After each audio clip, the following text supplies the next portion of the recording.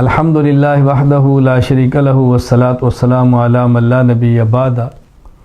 ایک بات کی وضاحت بہت ضروری ہے کہ جو عام طور پہ الجھن پیدا کرتی ہے اور نہ سمجھنے کی وجہ سے مزید تشویش ہو جاتی ہے، وہ یہ ہے کہ حرام مغز کسے کہتے ہیں، حرام مغز کا حکم کیا ہے، کھانا جائز ہے نہیں جائز، حرام مغز ہے کیا۔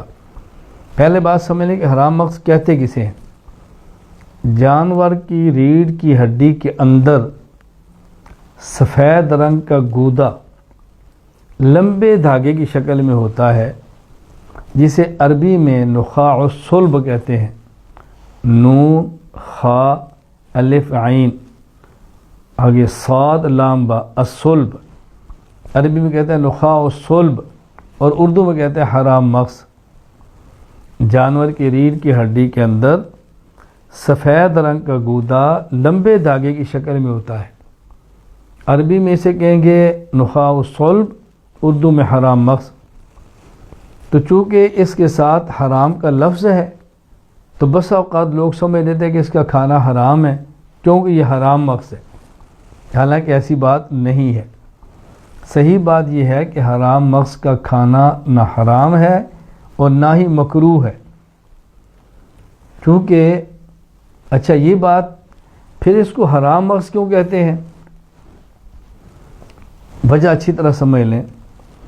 فقہائے کرام نے جانور کے ذبح کے وقت یا ذبح کے بعد ٹھنڈا ہونے سے پہلے اس کے نخاع الصلب کے کاٹنے کو مکروہ لکھا ہے، کیونکہ اس وجہ سے جانور کو بلا وجہ تکلیف ہوتی ہے، اور جانور کو تکلیف ہوتی ہے اور بلا وجہ تکلیف مبتلا کرنا جائز نہیں ہے، حرام ہے، ناجائز ہے۔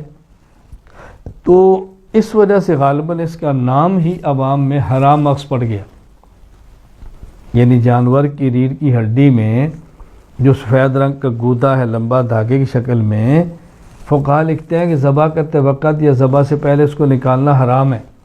ذبح کر لیں، گوشت ٹھنڈا ہو جائے تو اس کے بعد نکالیں، تو نکالنا حرام کہا تو لوگوں نے سمجھا شاید یہ ہے ہی حرام، حالانکہ حرام نہیں ہے، شاید کوئی اور وجہ بھی ہو اس کے حرام مغز ہونے کی۔ ایک وجہ میں نے پیش کر دی ہے۔